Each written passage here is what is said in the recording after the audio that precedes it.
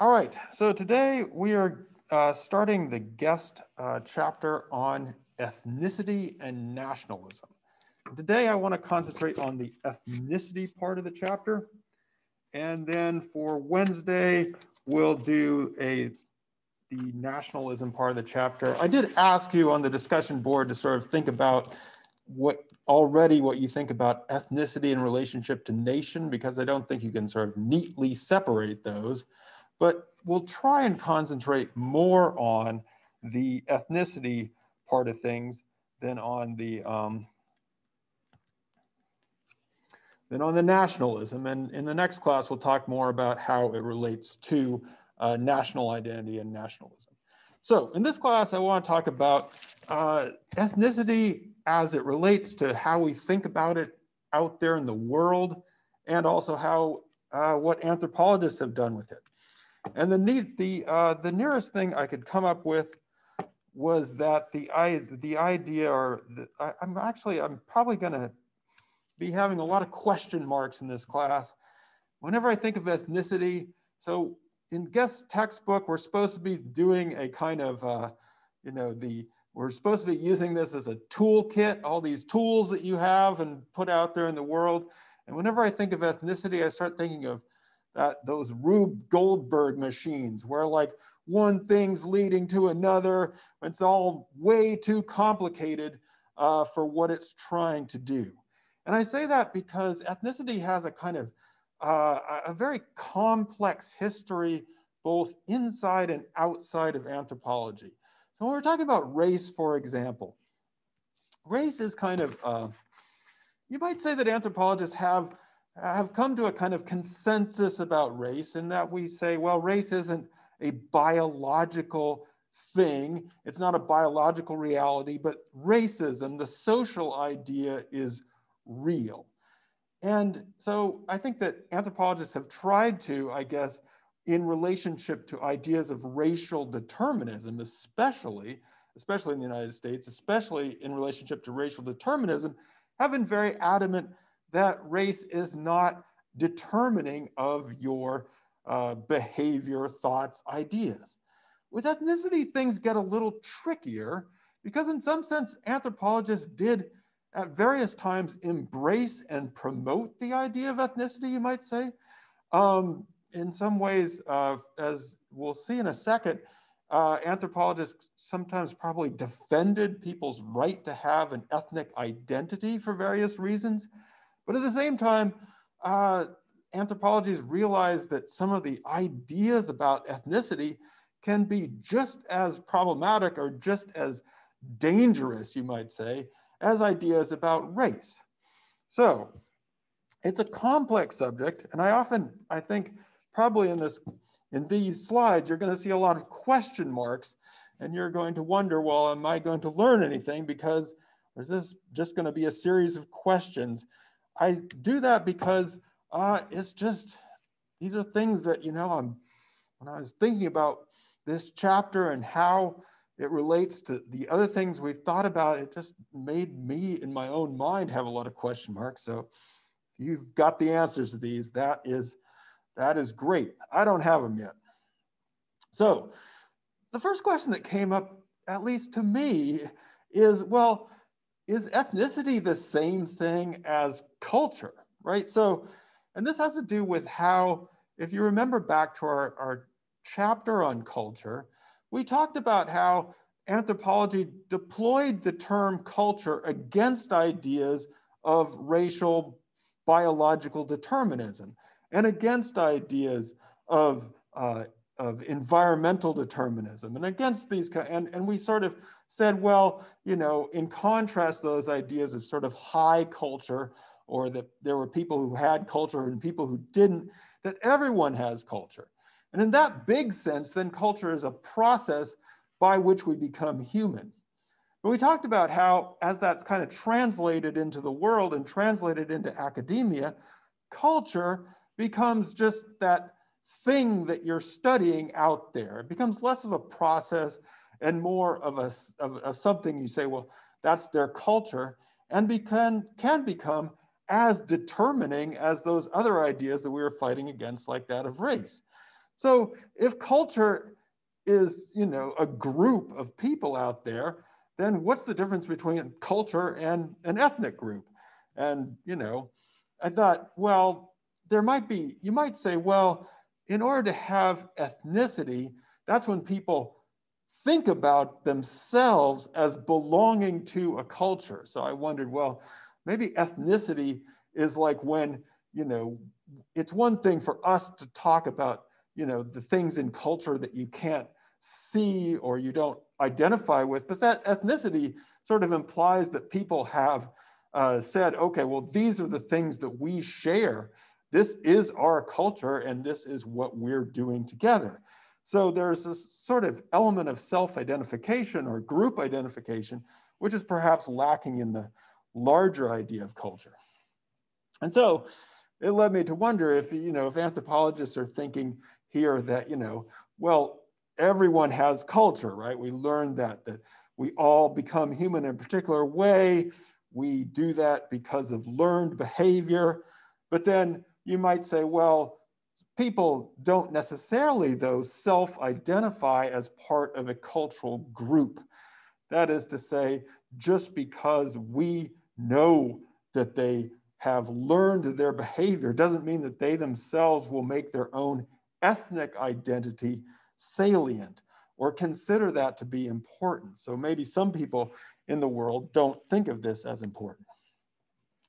But like I said, this becomes very problematic when you think about, well, who is then drawing the boundaries? Like, who decides who's in and out of the ethnic group? And it's a similar problem to what we talked about in the problem of culture itself. Like, where does one culture begin and one culture end? You could say that with ethnicity that, people themselves draw the boundaries, but that can be kind of harsh too, because, it's not always the people drawing the boundaries around a particular ethnic group, whether to be inclusive or to be exclusive. You might sometimes question their motives and their ideas about drawing certain boundaries. So do you really want to just give this away and say, oh yeah, you can have the right to decide your own ethnic identity?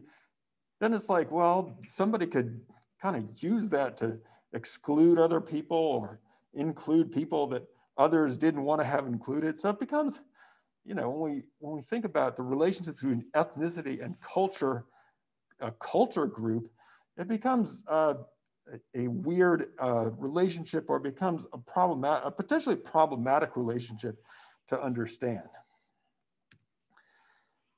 The other question that comes up, and I was glad that a number of you on your web comments just said, well, I thought ethnicity meant race. Because in popular accounts, a lot of people have basically swapped in ethnic terms for what we used to call race. And, in some ways you might say, well, the whole swapping in of African American for Black is a kind of cultural or ethnic term for what once was used as kind of a racial term. Or some people prefer to say European Americans to mean what we might have called whites. And so, some people just said, well, ethnicity is the same thing as race. And this is probably something that, Guess says it himself. He says a lot of people refer to ethnicity in the same way as they would refer to, say, race or minority. And I think that there are sometimes, even on, not on the US Census, but on other sort of forms that you check a box off, they'll just say, what ethnicity or race do you consider yourself to be? They'll consider those terms to be completely interchangeable. And I think that, this is an approach that some anthropologists did support. There was once an intro to anthropology textbook that I taught, and the author said, well, race isn't real, because the author had gone through, proving that the biology of race didn't work. But then he said, ethnicity is real. So what he wanted students to say is that, okay, there's this thing called race, which isn't real, but this idea of belonging to an ethnic group, that is real. And so sometimes anthropologists basically encouraged people to swap in ethnic terms instead of what they might have used before as race terms.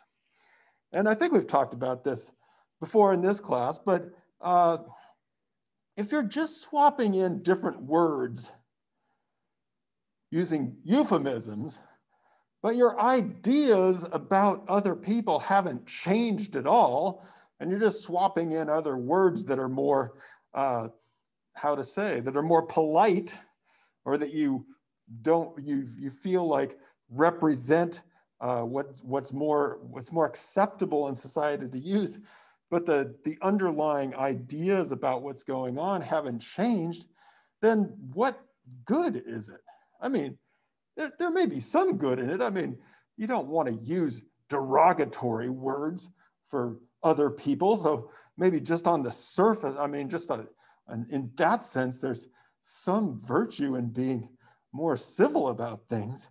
But like I said, if you're simply substituting, I don't know, European American for white, and you really think exactly the same thing about European American as you think about white, does that really help us or get us anywhere? Is it even more precise as an idea? So, a lot more anthropologists probably have told us that, in fact, ethnicity is not equivalent to race or biological race. I think that the message in general from anthropology has been, well, actually, if you look around the world, people who are very biologically similar often have very different ethnicities. So if you look at places where they have what are called ethnic conflicts, these are often between people who look, at least to anyone from the outside, who look very biologically similar. Like if you think about, we were talking about the Irish and we could talk about some of the ethnic or religious conflicts within Ireland. And I think, most people from the outside would say, well, they're the same race. They might consider themselves to be very different, a different ethnicity. If we think about conflicts between Arabs and Jews in the Middle East, I know there's been a biologization of that, but from sort of an outsider perspective, very similar in terms of their biology, but might be different in terms of their ethnic identification. I'm trying to think of it. Another good, we could talk about in the text in Guest, he talks about the Hutu and the Tutsi, which, people put people tried to make this into a biological thing, but again, most people from the outside would say that this is totally the same biologically. So, I think this is, I think this is probably a useful lesson to us that, there are a lot of different possible ethnicities within these larger things that people sometimes call races, and that's an important anthropological lesson. It doesn't really solve the problem, though, that we just had of, well, where do you draw the boundaries? Is ethnicity the same as culture? Who gets to draw those boundaries?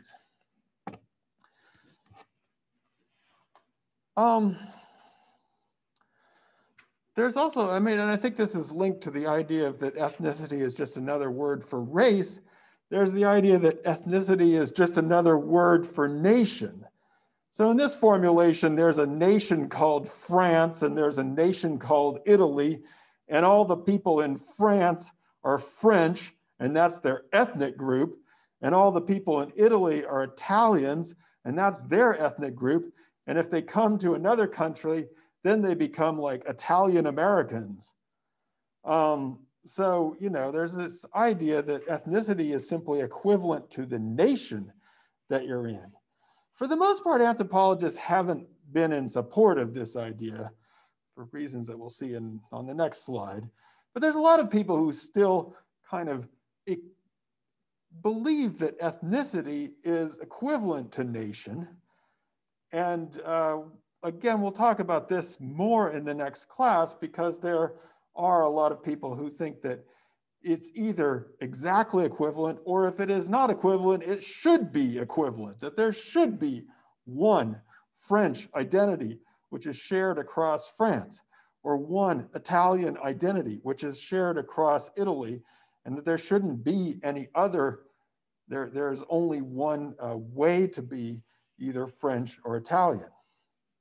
So, like I said, this idea has not usually found support within anthropology. We tend to be suspicious of the idea that ethnicity and nation, or I mean that every nation has one and only one ethnicity.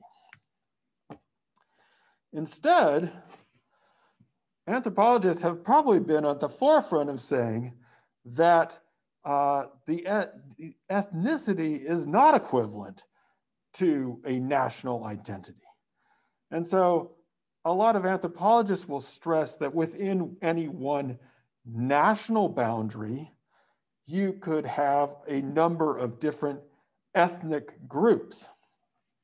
And so, I mean, if you look on, I Googled and got a map of Africa, and if you have the country of Nigeria there, so this is, you know, you might say, from an outsider perspective, you might say, well, Nigerians or people who are in the country of Nigeria should be Nigerian. And if we see people in the United States who are of our Nigerian heritage, that's probably what we would consider to be as an ethnic group.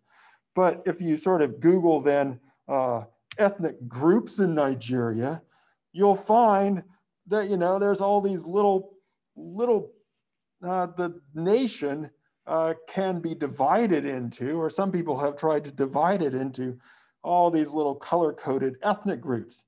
So let's see, well, there's the Tiv there, who you might remember from Laura Bohannon's study of, or I mean, her article on Shakespeare in the Bush. She was studying with the Tiv in Nigeria, or here we have the Yoruba. And so the idea would be that it's kind of like all these little, it's like every nation then becomes divided into these subcategories, which would be the ethnic groups, and that they themselves would have their own kind of boundaries. By the way, this is a weird representation of the world.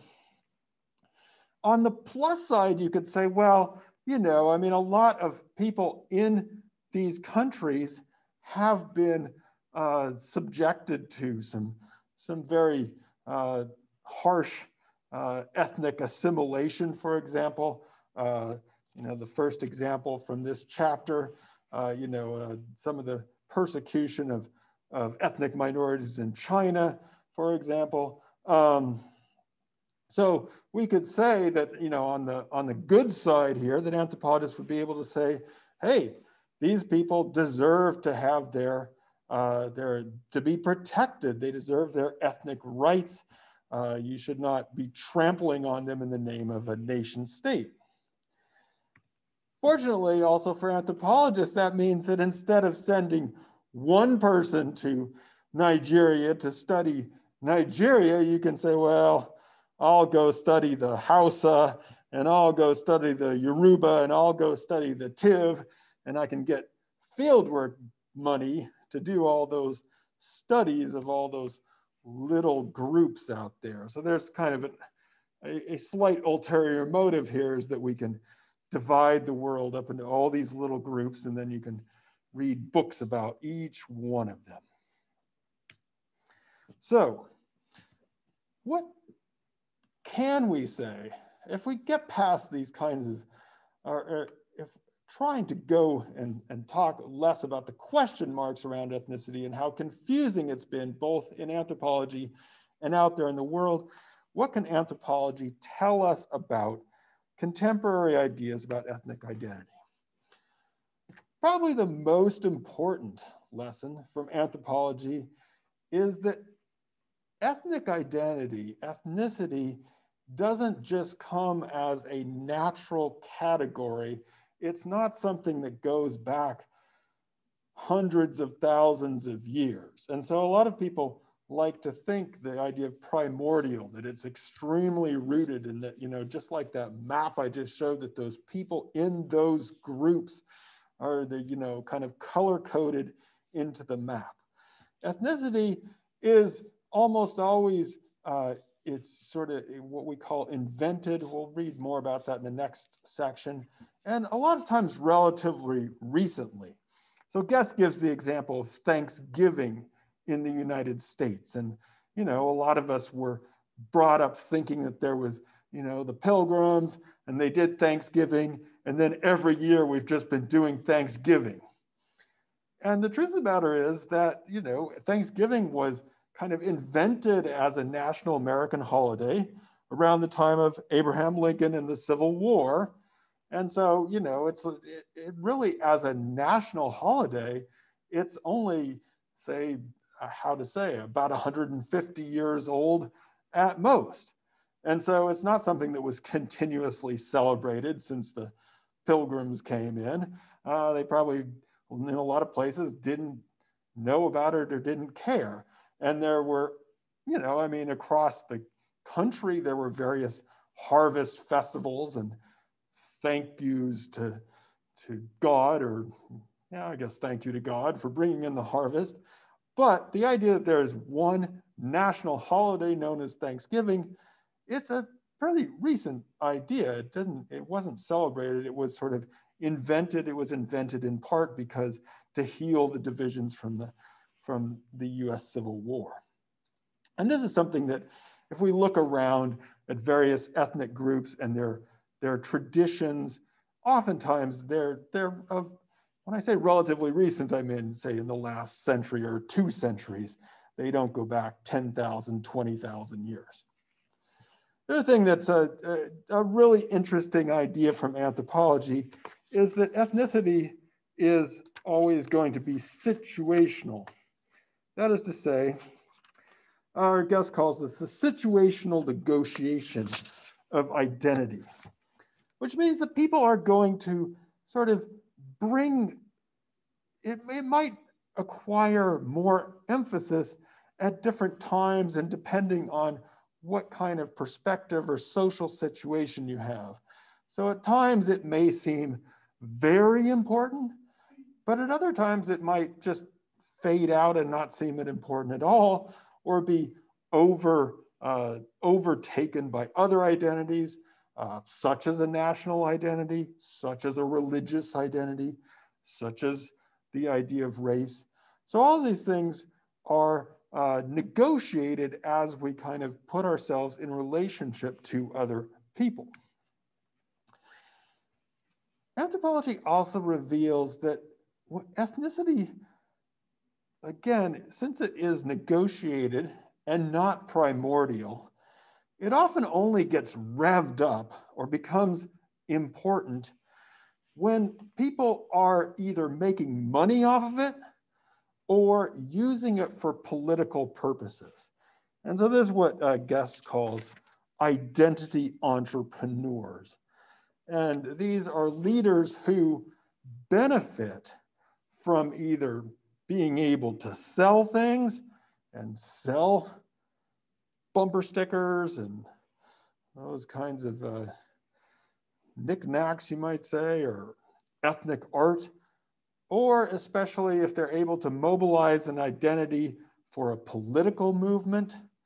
And so, one of the puzzling things about the world in recent years, by recent here, I mean the last 20 or 30 years, is that there are places in the world where people lived in relative peace for many, many years. And they may not have shared an ethnic identity or religious identity, but there wasn't any conflict. They often were intermarrying with each other. There was not it was not, those identities were not seen as a huge part of their lives. And we've seen that, people can use these identities and start to exploit them in ways that then can become conflictual and violent in places where they were not conflictual and violent before. And so there's been, kind of a real puzzle for people, and really a very sad thing when you see, villages where people were married to each other and nice to each other, and then you'll see people come in from the outside and kind of rev up those divisions in the name of a religion or an ethnicity. And it's been one of kind of the sad consequences of some of the breakups of other ideas about identity in the world. The thing that anthropology teaches us is how often states or governments are either preceding or either, if not preceding, they are co-producers of the idea of ethnicity. And so, the example of the Hutu and the Tutsi and the so-called ethnic conflict, and genocide that took place there, a lot of that had to do with Belgian colonialism and the issuing of identity cards and the way in which the colonial state favored one identity over the other in terms of its political power. So oftentimes, it is actually governments. I mean, we often sometimes think about ethnicities as then becoming nations. A lot of times it's the other way around, where there's first a governing body, which then can influence, or even in some cases create, or at least rev up these ethnic identities. And so, it's very important that, we'll talk about this in the next class, but there's sometimes this idea that there were all these ethnic groups and then some of them became nations. And again, that's usually a misreading of what happened historically, in that ethnicity is almost always done in relationship to an idea about an existing nation state. So an ethnic group might emerge as a kind of minority in a state, or it might be seeking to take power over a nation state and sort of impose its identity on everyone else. But, ethnicities seem to arise, or at least be perpetuated, in relationship to the nation and to the state.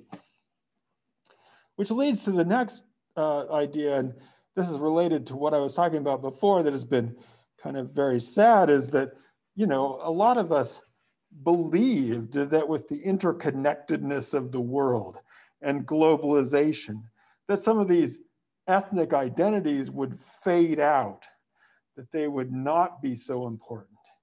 And it looks like, at least in today's world of globalization, that for various reasons, globalization and the interconnectedness actually brings out or exacerbates ethnic identification. Now, we don't know how this will go in the future, but certainly in the last 20, 30 years, people seem to be more identifying with their ethnic group than they might have done in the 1950s, 1960s, those times. So there we have the anthropological insights over there, which you've copied down dutifully.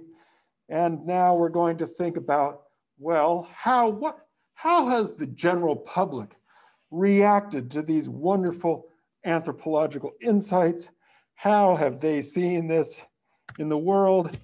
And I think for the most part, we can be confident to say that the general reaction out there to these sophisticated anthropological insights has been, whatever, guys. Now, why has the anthropological insights not been accepted, or why have we had no traction out there in terms of what we have to say and in terms of what's going on in the world?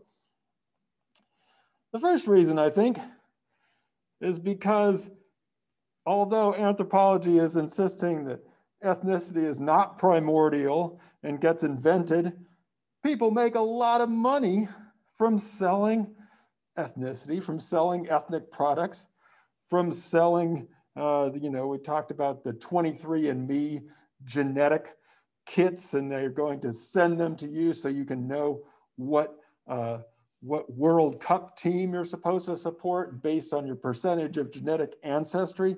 So, the selling of ethnicity has become a huge part of the world in terms of how much money is being made. And you don't want to hear that ethnicity is not primordial if your business interest is depending on selling it as primordial. And also, it's been pretty damn successful to be able to be an ethnic group leader. So doing the whole, our ethnic group is gonna triumph here and we have to drive out the people who don't think like us, has been sad but successful for a lot of people. So, they don't want to hear that identity is situational and that people don't automatically fight each other and people got along for so long, because it's in their interest to mobilize people to not like the people who don't share their supposed values and religion and all those things. So that's been one of the sad things we observe in the world, is that this has been very, very good for war and business. The other thing is that it's very convenient to cast conflicts in the world as, oh, well, those tribes, those ethnic groups, those cultures, they've always hated each other. So if you're Belgium and you're looking at the situation and you don't want to take responsibility for previous colonial activities, you just say, well, hey, they've always hated each other. This is a deep thing. We were just there and we tried, but they've always been at each other's throats. This happened also with the United States in the Cold War. So when I was growing up in the 1980s, or before that, 1970s and 80s, we were fighting the communists everywhere. And so it was communism versus capitalism. And in various parts of the world, in Africa and Latin America, the United States and the Soviet Union would use their money to arm various rebel groups or states, and they would arm people in order to create either revolution or counter-revolution. And so what happened is in a lot of these places, they would actually mobilize ethnic identity, but they would say it was in the service of capitalism or in the service of freedom or democracy or in the service of socialism, revolution, communism if you were on the other side.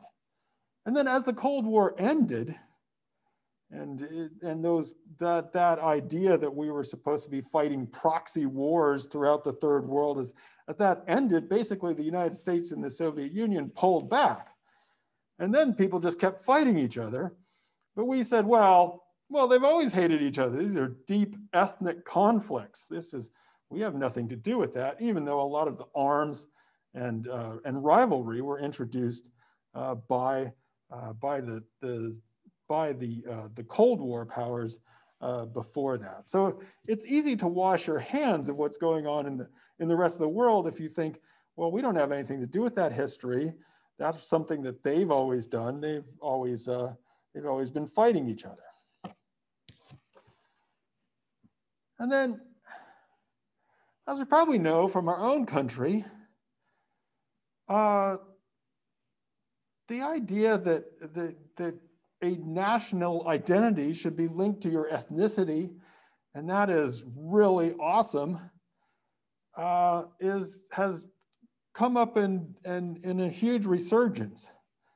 I used to say they were partying like it was 1929 because it's like being back in around the time of the rise of fascism in Nazi Germany.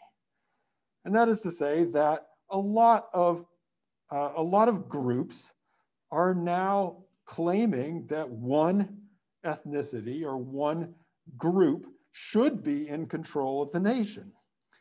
And, you know, I mean, I think that we see that here. I'll talk about that in a second. But we've seen it in other parts of, in a lot of parts of Europe, in a lot of, in India, in a lot of countries, the idea, there's a resurgent idea that ethnicity and nationalism should go together. And there's one ethnicity or one religion that identifies with the nation, and the others are suspect. And I put in here that this has gone from unmarked to marked. We talked about this in terms of whiteness. So in the old style United States nationalism, whiteness was kind of the standard, but it was unmarked. That is to say, nobody commented on it. And so you don't read in the official documents, you know, that we're going to promote whiteness. It's just not talked about. It's a default category which doesn't get pointed out. In today's world, as we saw recently, some of this has become marked. So the idea that there are white supremacist groups, there are people who say, yeah, I am in a white supremacist group. So that's when you go from being an unmarked white supremacy, where you just kind of assume it's there because nobody knows about it, to the idea that this is, yeah, that's what we're supporting. And so, you know, this has enjoyed a great resurgence over the past, let's say the past decade, to be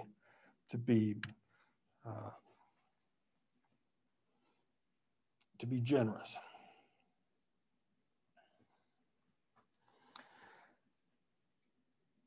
So we talked about how globalization has often exacerbated ethnic identity. I didn't really know how exactly to say this, but it just seems like to me that the technologies of globalization tend to make us forget about history. And, you know, I kind of see this, it was interesting to read some of your web comments from last time that, you know, some of you said, well, I was never taught any of this in school. And so I guess I don't know. I mean, we in this country have always been terrible at history. So I'm not sure this is entirely new, but I feel like the buzz of technology, the increasing rapidity with which versions of iPhones and technological updates come out tend to kind of erase our historical perspective. And so we tend to then not be taught about, say, the origins of Thanksgiving. We don't know when it was because it seems to have always existed. It seems to always be with us. So, you know, I'm not entirely sure that globalization itself has been responsible for what I think of as a lack of history learning among many of us. But I think it seems to be clear that the sort of the technological fanciness of the screens and the global technologies, that history becomes very compressed, or it's difficult to think about a history that didn't involve the technological implements that we use today. So this is all to say that a lot of times anthropological insights that were supposed to be, you know, kind of revolutionary or out there in the world have been discarded. Now, there are a couple of ways that I think, you know, this drives me crazy, but, you know, it's like Okay, I learned this in anthropology class. Now I'm going to go out there and do something with it. And so I think this is going to sound funny. But, you know, I have heard people say, I don't think anybody says invented situational social construction, but what they're basically saying is, okay, you person who call yourself Native American or indigenous, well, I learned in my anthropology class that those are just recent social constructions and your identity is not that big a deal. I'm thinking about the Dakota Access Pipeline or the Standing Rock protests, in which there were people that say, well, these aren't real. They aren't real Indians, or they aren't really indigenous people. They're a recent construction. I learned that in anthropology. So it can be very convenient to some people to suggest that people's identities, especially if they're sort of protesting the powers that be, are somehow not real or not valid or inauthentic. And I think that probably where that comes out clearer, you may have heard this, or at least I used to hear this more, is, you know, hey, anthropology says there's no such thing as race. So if you say Black Lives Matter, that's just being racist.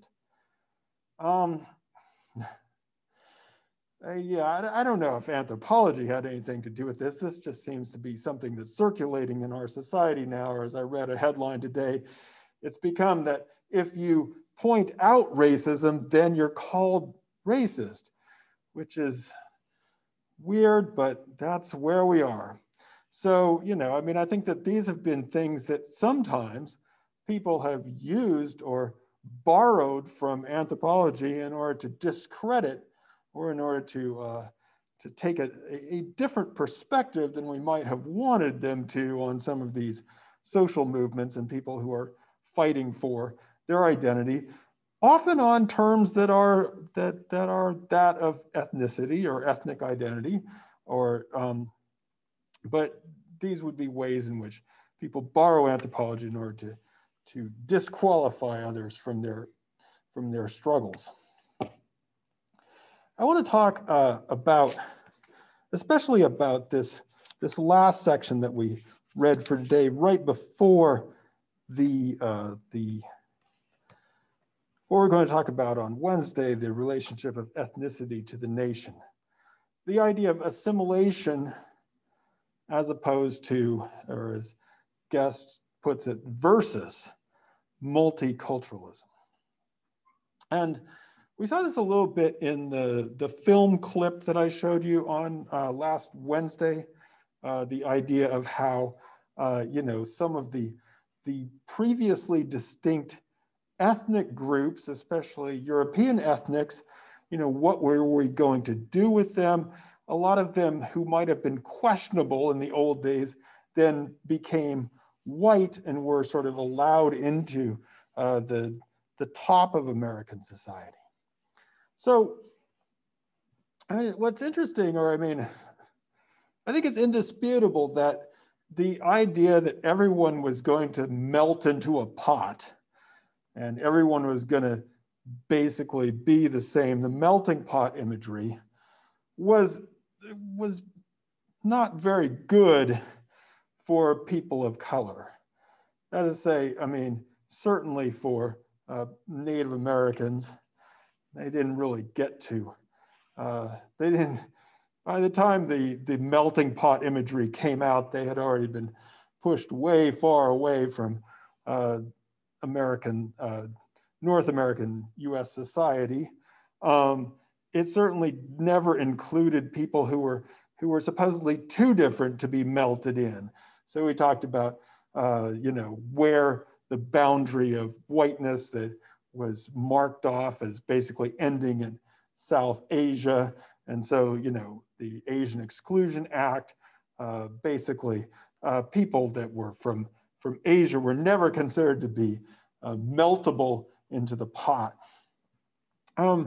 It's actually kind of interesting, I would say, in relationship to African Americans or Black Americans who are expected in the model to be completely American. I mean, there's no allowance for any sort of ethnic identity at all.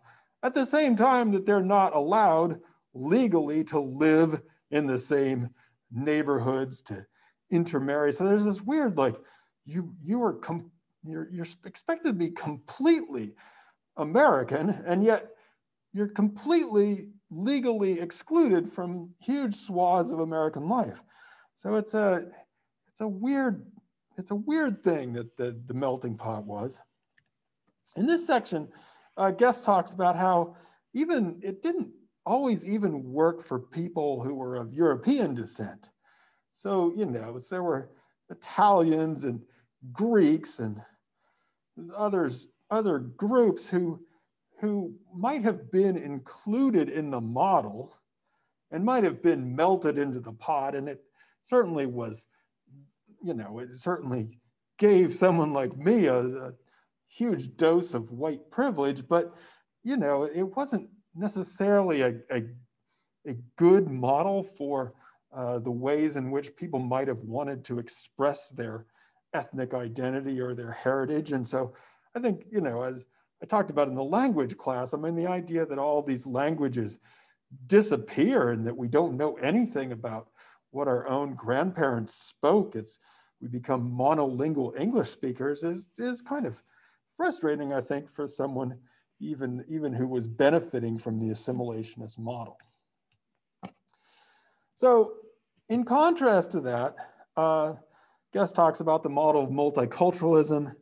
It's sometimes called the, instead of the melting pot, you're going to have the salad mix, where everybody preserves their own identity as tomatoes or lettuce or cheese or broccoli, but they all mix together and they become one nice salad.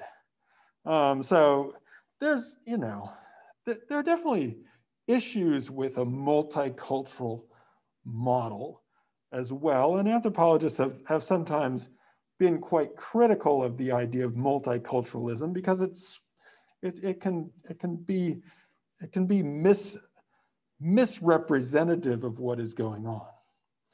But I just do want to bring out what Guest says here about, he says that tensions over which model will be dominant are constantly rising to the surface. So whether we're going to have an assimilationist model or a multicultural model. And I have to say that this has to be, as we go into the latter part of 2020, is probably the biggest understatement that he's made so far. Because yes, indeed, we are having some tensions over which model is going to be dominant right now. And the whole idea that we are going to go back to some other time and be something else than what we are is exactly what is breaking into tension right now. So, you know, I think this book was written before, or textbook was published before the tensions of today, but I mean, Guest is absolutely correct that this is a fundamental tension which keeps rising to the surface, and we could probably highlight that statement or underline it because it does a lot to explain, I think, what we see out there as we analyze our society. So this is what happens just before, and we've been kind of been hinting around at the relationship between ethnicity and nationalism, but that's where we're going, and this kind of gives us a transition point there.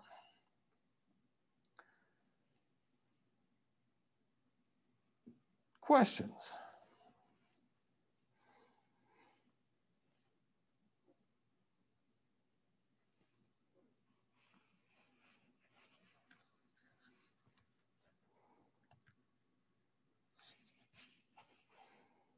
Questions?